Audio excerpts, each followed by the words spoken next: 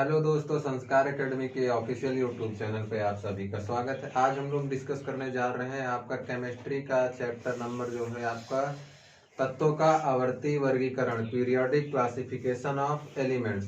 तो आइए पहले हम लोग इसको समझने की कोशिश करते हैं कि इस चैप्टर का नाम तत्वों का आवर्ती वर्गीकरण या पीरियोडिक क्लासिफिकेशन ऑफ एलिमेंट्स ही क्यों रखा गया है। तो जनरल लाइफ में आपने देखा होगा, जब अभी आप लोग कहीं निमंत्रण वगैरह में जाते होंगे तो वहां पर आपने देखा होगा कि जो बच्चों के ग्रुप्स बने होते हैं और उन ग्रुप्स में बच्चे कैसे रहते हैं, उनके देखोगे तो अगर 80% तो उनके गुण मिलते जुलते रहते हैं। तो कुछ अच्छे बच्चे होते हैं तो अच्छे बच्चे उनके फ्रेंड्स होते हैं, और कुछ उठाईगीर टाइप के बच्चे होते हैं तो उनके जो ग्रुप में मेंबर्स होते हैं वो सब उठाईगीर होते हैं। मार पीट में, झगड़ा में जो है सबसे आगे होते हैं। कहो एक के बदले 2 रसगुल्ले खा लें, यही होता ही है उस पे। तो जर्नल कहने का मतलब हमारा ये है कि जो तत्व हैं अभी प्रेजेंट टाइम में लगभग 118 है मॉडर्न पीरियोडिक टेबल के हिसाब से। तो अभी उसमें जो पीरियोडिक क्लासिफिकेशन करने का मेन एम ये था हम लोगों का कि हम देखो एलिमेंट्स हैं तो उनकी प्रॉपर्टीज यानी गुण उनके अलग अलग ही होंगे। अगर गुण अलग अलग हैं तो सबको याद करने में, अब 118 तत्व हैं तो उनके गुण हमको याद करने में 118 को अलग अलग पढ़ना पड़ेगा। लेकिन अगर उनको हम कुछ ऐसा करके क्लासिफाई कर दें कि इस ग्रुप में इतने एलिमेंट हैं, इस ग्रुप में इतने एलिमेंट हैं, और किसी एक एलिमेंट का हम लोग क्या कर लें, प्रॉपर्टीज या गुण उनके जो है लक्षण हम याद कर लें, तब हम लोग आसानी से जो है पूरे तत्वों को कम समय में याद कर पाएंगे। ठीक है, तो उम्मीद करते हैं इतना आप लोगों की समझ में आ गया होगा। ठीक, तो तत्वों का आवर्ती वर्गीकरण का मतलब है कि समान गुणधर्म वाले तत्वों को एक साथ रख दिया गया और उनको डिफरेंट डिफरेंट ग्रुप्स और पीरियड्स में डिवाइड कर दिया गया बस। और उसी के बेसिस पे हम लोग ग्रुप के एक एलिमेंट का जो है प्रॉपर्टी लर्न कर लेते हैं और हमको इजीली पूरी टेबल जो है लर्न हो जाती है। ओके, तो आइए हम लोग देखते हैं कि ये तत्वों का आवर्ती वर्गीकरण तुरंत ही तो मॉडर्न पीरियोडिक टेबल बन नहीं गई होगी कि भैया आओ तुरंत आई आधुनिक आवर्त सारणी, इस पे सब गुण है बस इसी को लर्न कर दो। इसका विकास होता है हर चीज का ना। जैसे हम लोग पढ़ते हैं तो पहले क्लास 0 पे आते हैं, फर्स्ट में, फिफ्थ में, 10th में, 12th में, ग्रेजुएशन, पोस्ट ग्रेजुएशन, PhD, ऐसे हम लोग बढ़ते जाते हैं। तो वैसे ही इसका जो है धीरे धीरे से निर्माण हुआ। तो सबसे पहले प्राउट ने जो अपनी परिकल्पना दी थी इस पे हम लोग चर्चा करते हैं। प्राउट ने बोला था कि बच्चा जो सभी तत्व हैं हाइड्रोजन परमाणुओं से मिलकर बने हैं, लेकिन ऐसा तो नहीं है।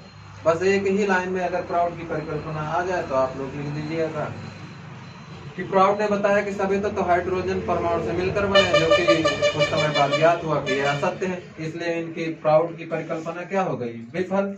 देन आफ्टर आपके आए क्या, डोबेराइन। डोबेराइन ने ये बताया कि अगर तत्वों के उनके परमाणु भार के आरोही क्रम में रखा जाए और देन आफ्टर क्या किया जाए, पहले तत्व और तीसरे तत्व का जो है परमाणु भार उसका समांतर माध्य, या सरल शब्दों में कहें तो इसका हम लोग ले लेंगे औसत, यही दूसरे तत्व का परमाणु भार होगा। लेकिन कुछ इनका भी जो है हमको ये नियर अबाउट 9 तत्वों को इन्होंने बनाया था त्रिक का मतलब है कि 3 तत्वों को एक साथ इन्होंने लिया और पहले एवं तीसरे तत्व का जो परमाणु भार था उसका औसत निकाला, तो वही जो है दूसरे तत्व का परमाणु भार हुआ। यही इनका नियम था। लेकिन कुछ समय बाद इनका भी मामला गड़बड़ा गया। तब आए आपके न्यूलैंड्स, इन्होंने अष्टक सिद्धांत दिया। अच्छा, इसकी लिमिटेशन क्या थी, अगर आ जाए कि डोबेराइन की आप लिमिटेशन बताओ या सीमा, तो उस समय पहली बात तो ये था कि तत्व बहुत कम ज्ञात थे। ठीक, जब तत्व बहुत कम ज्ञात थे तो ज्यादा दिमाग ये लगाए नहीं, सिंपल से देखें 1-2 तत्वों पे तो कहें कि ये लागू हो रहा, आपको टोटल 9 ही तत्वों पे इनका जो है फॉर्मूला अप्लाई हुआ सिद्धांत बस। क्यों अब ये अमान्य क्यों हो गया, क्योंकि ये सभी तत्वों पे मान्य होता ही नहीं था। इस पे भी 6.9 है लिथियम का परमाणु भार, तो इसको इन्होंने 7 सपोज कर लिया था। तभी तो 7 और 39 46/2 करोगे तो 23 ये होता है आपके सोडियम का एटॉमिक वेट। ठीक, तो अब हम लोग आते हैं न्यूलैंड्स का अष्टक सिद्धांत पे।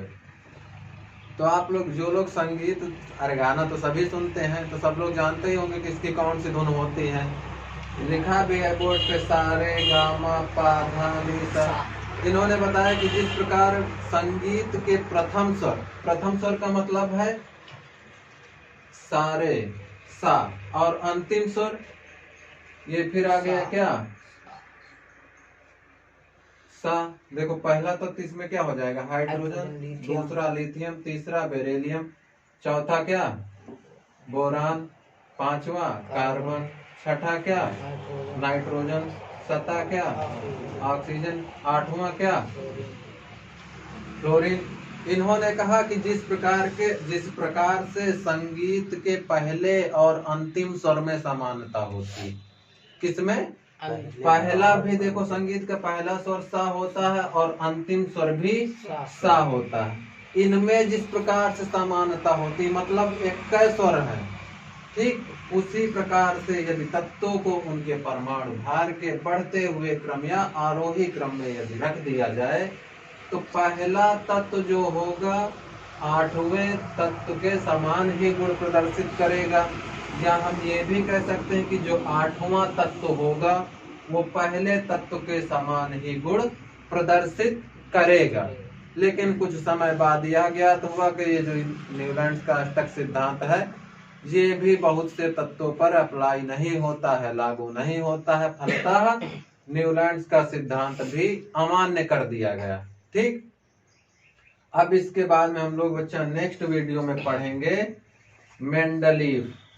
ठीक, मेंडलीव का आधुनिक आवर्ती वर्गीकरण। ओके, तो उम्मीद करते हैं आप लोगों की समझ में आया होगा। अगर ये टॉपिक समझ में आया है तो वीडियो को लाइक कीजिए, अपने फ्रेंड्स के साथ शेयर कीजिए और ज़्यादा से ज़्यादा लोगों तक इस वीडियो को पहुंचाइए। मिलते हैं